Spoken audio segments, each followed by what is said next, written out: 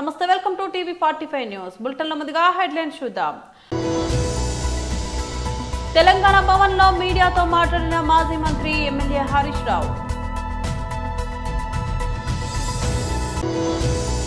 BJP OBC Morcha జాతీయ అధ్యక్షులు, BJP parliamentary board సభ్యులు ఎంపీ డాక్టర్ కె లక్ష్మణ్ మీడియాతో మాట్లాడారు. వైఎస్ఆర్సీపీ అధికార ప్రతినిధి మాజీ MLA కైలే Anil Kumar press meet.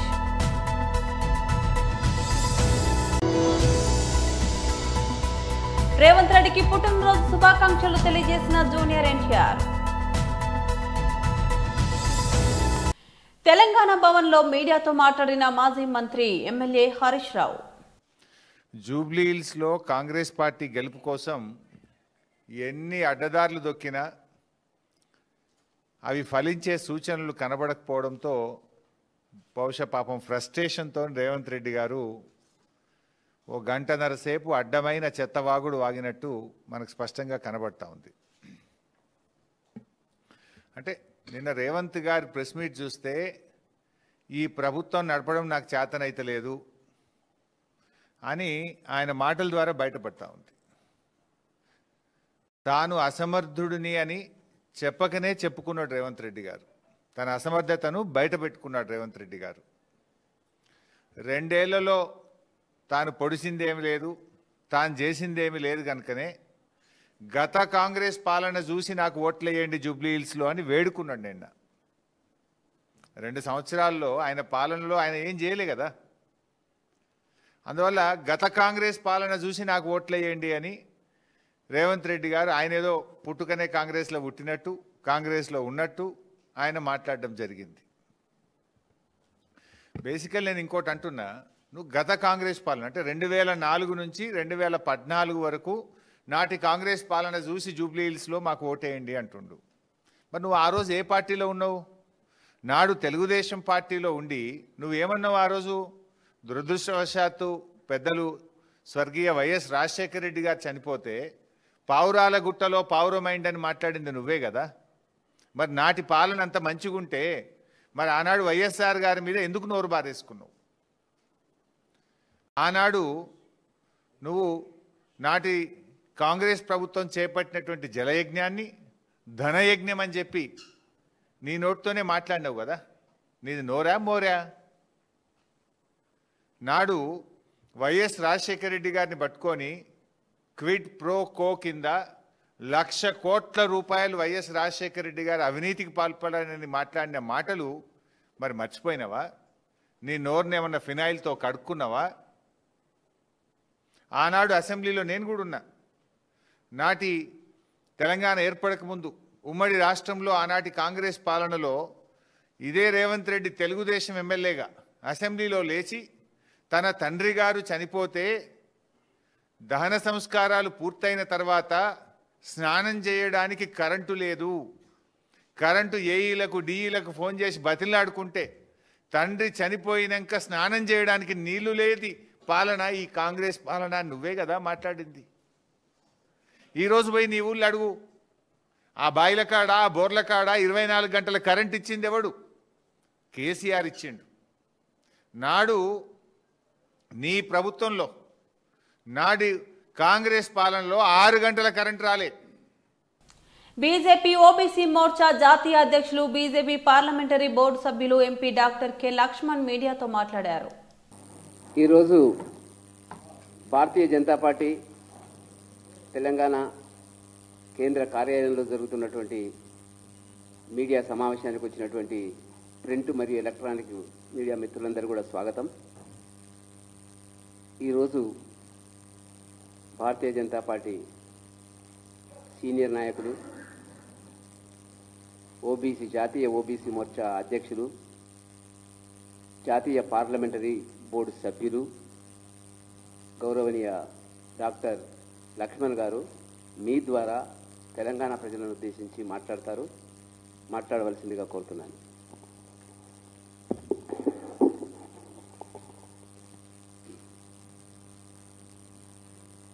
Friends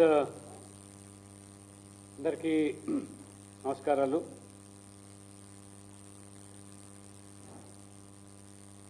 నిన్న ముఖ్యమంత్రి గారు జూబ్లీహిల్స్ ఉప ఎన్నిక సందర్భంగా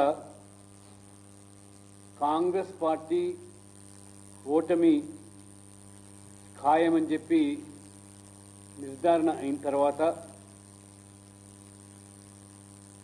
ఫ్రస్ట్రేషన్లో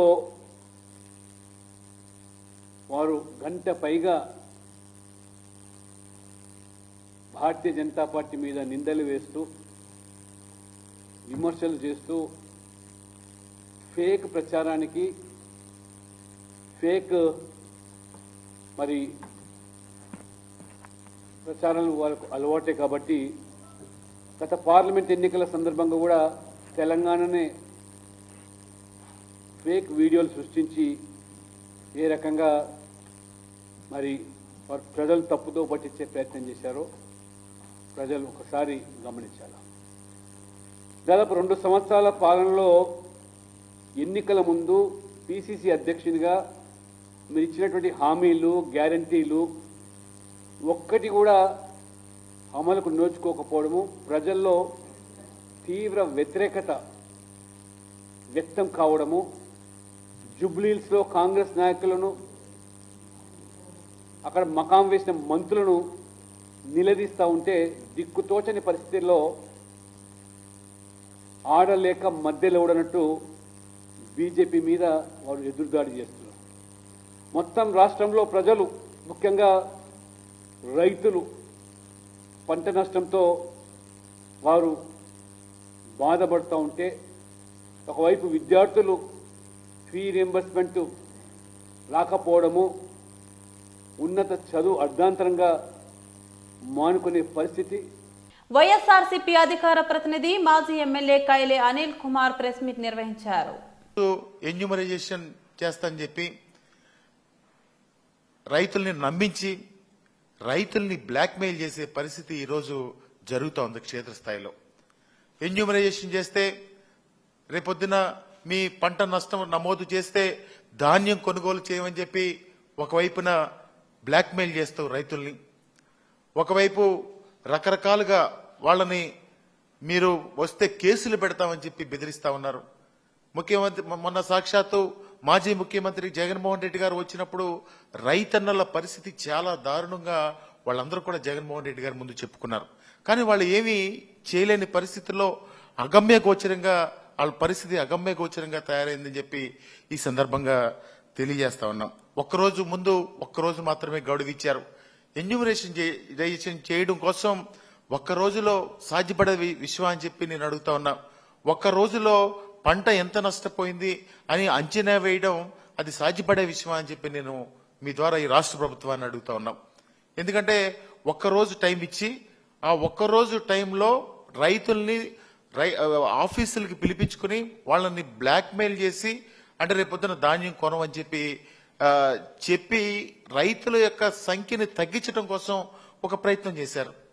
నిజంగా రైతుల పరిస్థితి ఏ విధంగా ఉందంటే ఈరోజు పంట చేతికొచ్చే సమయం అంటే దాదాపుగా ఒక 10-15 రోజుల్లో పంట చేతికొచ్చే సమయంలో ఈ హఠాత్ పరిణామంతో రైతులు చాలా ఇబ్బందులు పడుతూ ఉన్నారు. నిజంగా రేపొద్దున మిషన్ కోత కోయడం కోసం ఈ పంట నష్టపోయిన పరిస్థితుల్లో ఆ మిషన్ కోతకు ఇంకా అదనంగా 10,000 రూపాయలు యాడ్ అయ్యే పరిస్థితి ఈరోజు గ్రామాల్లో కనబడతా ఉంది. ఆ 10,000 రూపాయలు అంటే ఇప్పుడు మొన్న సవ్యంగా సాగితే మిషన్ కోతకి ఇప్పుడు మిషన్ తీసుకొచ్చి అదనపు గంటలు పెడితే 10,000 రూపాయలు ఖర్చు అయ్యే పరిస్థితులు కనబడతా ఉన్నాయి. అదేవిధంగా పూర్తిగా పంట పడిపోయిందే నష్టం వచ్చిందని చెప్పి రైతులకి వేరేగా తప్పుదో పట్టిస్తా ఉన్నారు. కానీ నిలబడిన పంట కూడా నష్టపోయే పరిస్థితి ఈరోజు పంట కనపడతా ఉంది. ఎందుకంటే ఇప్పుడే పంట పాలు పోసుకునే టైంలో అంటే ఆ సంకు ఏదైతే ఉందో ఆ సంకు ఇంకా బతికే పరిస్థితి లేదు. ఈరోజు వెళ్ళి మనం ఒకసారి అది గమనిస్తా ఉంటే అవన్నీ కూడా తప్పలు కనిపిస్తూ ఉంటాయి. అంటే ధాన్యం తయారయ్యే పరిస్థితి లేదని చెప్పి మనం చేస్తా ఉన్నాం. అదేవిధంగా ఈ ప్రభుత్వం అలాంటి సమయంలో చేయాల్సిన పని ఏంటంటే గ్రామాల్లో కొంచెం ఎక్స్పర్ట్స్ని తీసుకెళ్లి ఎంత పంట నష్టపోయింది అనే కార్యక్రమాన్ని వాళ్ళు చేయాల్సింది పోయి ఈరోజు రైతుల్ని బ్లాక్మెయిల్ చేసే పరిస్థితి కనపడతా ఉందని చెప్పి కూడా తెలియజేస్తా ఉన్నాం. అదేవిధంగా అసలు ఈ పరిస్థితి అంతటికి కూడా కారణం ఏంటంటే సక్రమంగా ఎప్పుడు కూడా రేవంత్ రెడ్డికి పుట్టినరోజు శుభాకాంక్షలు తెలియజేసిన జూనియర్ ఎన్టీఆర్. వరంగల్లో నేర ప్రపంచాన్ని కుదిపివేసిన సూరి గ్యాంగ్ ను పోలీసులు పట్టుకున్నారు. డీసీపీ అంకిత్ కుమార్ తెలిపారు. సెప్టెంబర్ 18న షాయంపేటలో లారీ డ్రైవర్ ను బెదిరించి దోపిడీకి పాల్పడిన ముఠాను సిపి ఆదేశాలతో ఏర్పాటు చేసిన ప్రత్యేక బృందాలు పట్టుకున్నాయని, ప్రధాన నిందితుడు సూరిపై 45 క్రిమినల్ కేసులు, 3 పీడీ యాక్టులు నమోదు కాగా రాచకొండ కమిషనరేట్ నుండి బహిష్కరణకు గురైన అతను వరంగల్లో మళ్లీ క్రిమినల్ యాక్టివిటీస్ చేయడానికి ప్రయత్నించినట్టు తెలిపారు. బీహార్ కు చెందిన వ్యక్తితో జైల్లో పరిచయం ఏర్పడి అక్కడి నుంచి 2 షార్ట్ వెపన్స్ సూరి తెచ్చుకున్నాడని వెల్లడించారు. మొత్తం 8 మంది ముఠా సభ్యులను అరెస్ట్ చేసి భూపాలపల్లిలో హత్యలకు సిద్ధమవుతున్న కుట్రను అడ్డుకున్నామని డీసీపీ తెలిపారు. ఏటు సమాజ్ శ్రీ చక్రి ఇతను ములుగు డిస్ట్రిక్ట్ నుంచి, చుంచు రాహుల్ ఇతను భీమారం హనంకొండ నుంచి, నామిడ్ల శివమణి ఇతను హసన్పర్తి హనంకొండ, A5 శివ వైభవ్ ఇతను భీమారం మన హనంకొండ, A6 క్రాంతి ఇతను ములుగు నుంచి, A7 ఎనుగాల నితిన్ ములుగు నుంచి, and accused number 8 Aditya Thakur ఇతను Bihar, resident of Bihar. So ఈ దీంట్లో ఈ ఇన్సిడెంట్ ఎట్లా అయింది ఇది నేను చెప్తాను. ఈ పర్టికులర్ ఇన్సిడెంట్ ఈ దసారి సురేందర్ అండ్ వీళ్ళ gang members on 18th September వీళ్ళు అక్కడ శ్యాంపేట్లో ఒక ఇన్సిడెంట్ జరిగింది. యాక్చువల్లీ దీంట్లో they made a extortion from a lorry driver and from a petrol pump at the petrol pump. Firstly వీళ్ళు ఈ లారీ డ్రైవర్తోని గొడవ చేశారు, అతనికి కొట్టారు. తర్వాత 200-300 మీటర్ తర్వాత అక్కడ ఒక భారత్ పెట్రోల్ పంప్ ఉంది శాంపేట్ లిమిట్లో, అక్కడ ఇవి ఈ గ్యాంగ్ మెంబర్స్ వీళ్ళు అక్కడ ఎక్స్టార్షన్ చేశారు. 200 రూపీస్ 300 రూపీస్ ఫస్ట్లీ పెట్రోల్ నింపారు అండ్ తర్వాత ఎక్స్టార్షన్ చేశారు. సో దీని గురించి మన సిపి సార్ ఇన్స్ట్రక్షన్ ప్రకారం తొందరగా టీం ఫార్మ్ అయింది. మన CI Shyampet, SI Shyampet and task force కింద తొందరగా టీం ఫామ్ అయింది. అప్పటి నుంచి వీళ్ళు ఎఫర్ట్ పెడుతున్నారు. కానీ నిన్న 6 నవంబర్ 2025కి వీళ్ళకి పట్టుకోవడం జరిగింది. దీంట్లో మెయిన్ అక్యూజ్ సురేందర్, ఇతనికి main area of activity Hyderabad and Rachakonda కమిషనరేట్లో ఉంది. ఇతని మీద దాదాపు 45 కేసెస్ ఉన్నాయి, 45-46 కేసెస్. దీంట్లో 3 పీడీ కేసెస్ కూడా ఉంది. అండ్ వీళ్ళు ఇతనికి రాచకొండ కమిషనరేట్ నుంచి ఎక్స్టెన్మెంట్ అయింది. ఈ ఎక్స్టెన్మెంట్ అయిన తర్వాత ఇతను మన వరంగల్ లిమిట్లో ఉంటున్నారు. ఇక్కడ మన వరంగల్లో ఇతనికి యాక్టివిటీ ఇతను అటెంప్ట్ చేస్తున్నారు, ఎఫర్ట్ చేస్తున్నారు, కానీ ముందే we have cot them. And this is the what everything which I told you related to Dasari Surender. తొందరగా టీం ఫామ్ అయింది. అప్పటి టీం పెరుగుతుంది. అక్కడ వీళ్ళకి పట్టుకోవడం జరిగింది. యాక్చువల్లీ ఈ మన ఇన్ఫర్మేషన్ ప్రకారం తెలంగాణ రాష్ట్ర ముఖ్యమంత్రి రేవంత్ రెడ్డి జన్మదినోత్సవాన్ని మహబూబ్ నగర్ ఎమ్మెల్యే క్యాంపు కార్యాలయంలో స్థానిక ఎమ్మెల్యే ఎన్ఎం శ్రీనివాసరెడ్డి ఆదేశానుసారం స్థానిక కాంగ్రెస్ పార్టీ నాయకులు ఘనంగా నిర్వహించారు. ఈ సందర్భంగా నాయకులు కేక్ కట్ చేసి సీఎంకి జన్మదిన శుభాకాంక్షలు తెలిపారు. పార్టీ శ్రేణుల సమన్వయంతో రక్తదాన శిబిరం ఏర్పాటు చేశారు. ఈ కార్యక్రమానికి ముఖ్య అతిథులుగా జిల్లా గ్రంథాలయ సంస్థ చైర్మన్ మల్లు నరసింహారెడ్డి, జిల్లా ఒలింపిక్ సంఘం అధ్యక్షులు ఎన్పి వెంకటేష్, సీనియర్ కాంగ్రెస్ నాయకులు వినోద్ కుమార్, మారేపల్లి సురేందర్ రెడ్డి హాజరై రక్తదాన శిబిరాన్ని ప్రారంభించారు. ఈ సందర్భంగా పలువురు నాయకులు రక్తదానం చేశారు. తెలంగాణ రాష్ట్ర ముఖ్యమంత్రి వర్యులు మహబూబ్ నగర్ ముద్దుబిడ్డ మన రేవంత్ రెడ్డి గారి జన్మదిన సందర్భంగా మహబూబ్ నగర్ నియోజకవర్గానికి చెందినటువంటి కాంగ్రెస్ శ్రేణులు అందరూ కూడా కలిసి రక్తదాన శిబిరం ఏర్పాటు చేయడం జరిగింది. దాదాపు ఇవాళ ముఖ్యమంత్రి గారి జన్మదిన సందర్భంగా 100కు పైన యూనిట్లు రక్తదానం చేయాలనేటువంటి కృతనిశ్చయంతో మా పార్టీ శ్రేణులు ఈరోజు కార్యక్రమం ఏర్పాటు చేయడం జరిగింది. ఈ కార్యక్రమానికి నాతో పాటు సీనియర్ నాయకులు పిసిసి కార్యదర్శి గారు సురేందర్ రెడ్డి గారు మరియు సీనియర్ నాయకులు ఎంపీ వెంకటేష్ గారు, గ్రంథాలయ చైర్మన్, ఎస్సీసీఎల్ నాయకులు, బీసీసీఎల్ నాయకులు అందరూ కూడా ఇవాళ చాలా సంతోషంగా పాల్గొనడం జరిగింది. ఒకటే చెప్తా ఉన్నా, ఈ సందర్భంగా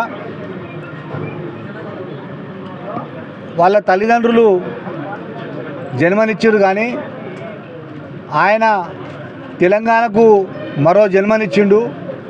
ఎన్నో ఆశలతో సాధించుకున్నటువంటి తెలంగాణను అసలు సిసలైన పరిపాలన అందిస్తూ, ప్రజాపాలన అందిస్తూ, ప్రజలకు నిజమైన తెలంగాణ ఫలితాలను అందిస్తున్నటువంటి నాయకులు మన ప్రియతమ ముఖ్యమంత్రి గారు.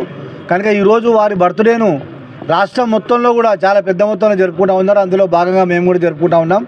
మరి ఈ సందర్భంగా వారికి ఆ భగవంతుడు నిండు నూరేళ్ళు ఇవ్వాలని, ఆయుర ఆరోగ్యాలు ఇవ్వాలని మా అందరి తరఫున, ఈ మహబూబ్నగర్ జిల్లా తరఫున కూడా భగవంతుని వేడుకుంటూ మరొకసారి మన ముఖ్యమంత్రి యనమల రేవంత్ రెడ్డి గారి జన్మదినం సందర్భంగా మొట్టమొదటగా పాలమూరు ముద్దుబిడ్డ రేవంత్ అన్న గారికి కాంగ్రెస్ పార్టీ శ్రేణుల తరఫున, పాలమూరు కాంగ్రెస్ కుటుంబ సభ్యుల తరఫున మనస్ఫూర్తిగా అందరం జన్మదిన శుభాకాంక్షలు తెలియజేస్తూ ఉన్నాం. అదేవిధంగా ఎప్పుడూ కూడా పాలమూరు అంటే ఒక కార్మికుల జిల్లా, ఒక లేబర్ జిల్లా, కష్టపడే తత్వం ఉన్న జిల్లా, కానీ నాయకత్వం ఉన్న జిల్లాగా ఎప్పుడు పాలమూరును గుర్తించలేదు తెలంగాణలో. కానీ ఆ చరిత్రను తిరగరాసి అనతి కాలంలోనే ఒక జెడ్పీటీసీ స్థాయి నుంచి ఒక ముఖ్యమంత్రి స్థాయి వరకు తలదన్నే నాయకులకు కూడా సమఉజ్జిగా నిలబడి ఆ సీఎం కుర్చీలో కూర్చున్న వాడికి కూడా ప్రజల మన్ననలు, ప్రజల మద్దతు పొందుకుంటూ అందరి మధ్యలో పాలమూరును తల ఎత్తుకొని చూసే విధంగా, అంటే మీ జిల్లా ఏ జిల్లా అంటే ముఖ్యమంత్రి జిల్లా మా జిల్లా, రేవంత్ రెడ్డి ముఖ్యమంత్రి జిల్లా మా జిల్లా అని చెప్పుకునేటట్లు, గర్వంగా చెప్పుకునేటట్లు, ఎదైరిసి మనం లేబర్ జిల్లా కాదు, కార్మికుల జిల్లా కాదు, కష్టపడి 10 ఏళ్ల కాలంలోనే ముఖ్యమంత్రి సీటును కైవసం చేసుకొని మన జిల్లాకు పేరు తీసుకొచ్చినటువంటి నాయకుడు ఎన్ఎం శ్రీనివాసరెడ్డి గారు. ఆయనను ఆదర్శంగా తీసుకొని ఏ విధమైన సపోర్ట్ లేకుండా ఒక జెడ్పీటీసీ నుంచి జెడ్పీటీసీగా, ఎమ్మెల్సీగా, ఎంపీగా, ఎమ్మెల్యేగా, ముఖ్యమంత్రిగా ఈ రకంగా ఆయన యొక్క జీవితాన్ని చూసి ఇప్పుడున్నటువంటి అప్కమింగ్ లీడర్స్ అందరూ కూడా ఆదర్శంగా తీసుకొని ఆయన బాటలో అడుగులు వేసుకుంటా ఉన్నత స్థానానికి పోయడానికి పాలమూరుకు ఒక దిక్సూచిలాగా పనిచేస్తున్నటువంటి నాయకుడు ఎన్ఎం శ్రీనివాస్ మన రేవంత్ రెడ్డి గారు. అదేవిధంగా మనం కూడా రాబో కాలంలో ఆయన నాయకత్వాన్ని చూసి ఎంతో సిద్దిపేట జిల్లా దౌలతాబాద్, రాయపోల్ మండలాల్లో మొక్కజొన్న పంట భారీగా సాగు చేయడం జరిగింది. PACH చైర్మన్ వెంకటరెడ్డి యూరియా విషయంలో నిర్లక్ష్యం వహించడం జరిగింది. కాంగ్రెస్ నాయకులు మండిపడడం జరిగింది. దుబ్బాక నియోజకవర్గం ఎమ్మెల్యే కొత్త ప్రభాకర్ రెడ్డి వడ్ల కొనుగోలు ప్రారంభించారు. మొక్కజొన్నల కేంద్రాన్ని మండలంలో ప్రారంభించాలని కాంగ్రెస్ నాయకులు కోరడం జరిగింది. SCCL అధ్యక్షులు బండారి లాల్ మాట్లాడుతూ రైతులు క్వింటాల్కి 600 పైన నష్టపోతున్నారని, వారికి సరైన న్యాయం జరగాలని కోరడం జరిగింది. కాంగ్రెస్ పార్టీ మండల ఉపాధ్యక్షులు మద్దెల స్వామి, నాయకులు, సీనియర్ నాయకులు, అధ్యక్షులు, ఉపాధ్యక్షులు, కార్యకర్తలు పాల్గొనడం జరిగింది. దౌలతాబాద్ మండల కేంద్రంలో ఈరోజు రైతుల మక్కలు పరిశీలిస్తుంటే ఇక్కడ ఉన్న చైర్మన్, PAC చైర్మన్ అసమర్థత కొట్టినట్టుగా అనిపిస్తుంది. ఎమ్మెల్యే గారేమో వడ్ల కొనుగోలు సెంటర్లకు ఓపెనింగ్కి వస్తాడు, కానీ మరి అదే మక్కలు ఏం చేస్తున్నాయి? గవర్నమెంట్ మంచి మద్దతు ధర ఇచ్చి మక్కలు కొనుగోలు చేస్తే మాత్రం ఆ పార్టీకి చెందిన BRS PACH చైర్మన్ వెంకటరెడ్డి గారి నిర్లక్ష్యం వల్ల రైతులు తీవ్రంగా ఇబ్బందుల పాలవుతున్నారు, నష్టపోతున్నారు. దాదాపు క్వింటల్కు 600 రూపాయలు నష్టపోతున్నారు. ఇది గమనించుకొని ఎమ్మెల్యే అయినా PACH చైర్మన్ అయినా తక్షణమే దౌలతాబాద్ మండలంలో జొన్నల కొనుగోలు కేంద్రాన్ని ఏర్పాటు చేయాలి. దౌలతాబాద్ మండలంలో నాకు తెలిసి ఉమ్మడి TRS 9 సంవత్సరాల పాలనలో ఎక్కడ కూడా మక్కలు కొనుగోలు చేయలేదు. మరియు కాంగ్రెస్ ప్రభుత్వం వచ్చినాకనే మక్కలు కొనుగోలు చేస్తారు. దీనికి అధికారులు కూడా సపోర్ట్ చేసి మక్కలు మండల కేంద్రంలో కొనుగోలు చేయాలని కోరుచున్నాం. మెదక్ జిల్లాలో మక్కలు బాగా పండే ప్రాంతం మీద అంటే దౌలతాబాద్ మండలంలో బాగా హైయెస్ట్ మక్కలు పండుతాయి. రాయపోల్, దౌలతాబాద్ ఈ మండలాలలో బాగా మక్కలు పండుతాయి. దీనికి ఎమ్మెల్యే గారు ఇక్కడికి వచ్చి మీరు వడ్ల కొనుగోలు కేంద్రం ఓపెన్ చేసేటప్పుడు ఇక్కడ మక్కలు కనిపించినాయి. ఆ రోజు వర్షాలు పడి అవస్థలు పడ్డారు. ఇవాళ ఎండలు కొడుతున్నాయి. ఇవాళ ఈ మక్కలు కొనుగోలు చేయకపోవడము, మక్కల కొనుగోలు కేంద్రాన్ని ఏర్పాటు చేయకపోవడం నిర్లక్ష్యం ఎవరిదంటే ఈ పిఎస్సి చైర్మన్ గారిది, వెంకటరెడ్డి గారిది అని చెప్పేసి.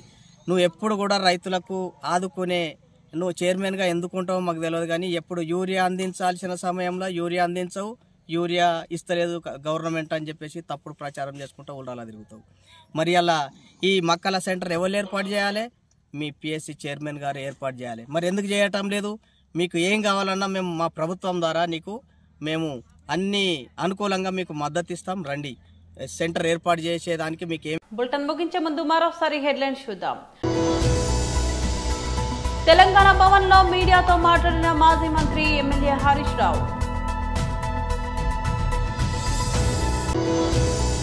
బీజేపీ ఓబీసీ మోర్చా జాతీయ అధ్యక్షులు, బీజేపీ పార్లమెంటరీ బోర్డు సభ్యులు ఎంపీ డాక్టర్ కె లక్ష్మణ్ మీడియాతో మాట్లాడారు.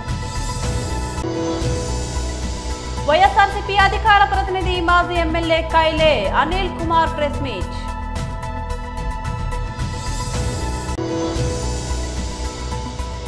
రేవంత్ రెడ్డికి పుట్టినరోజు శుభాకాంక్షలు తెలియజేసిన జూనియర్ ఎన్టీఆర్.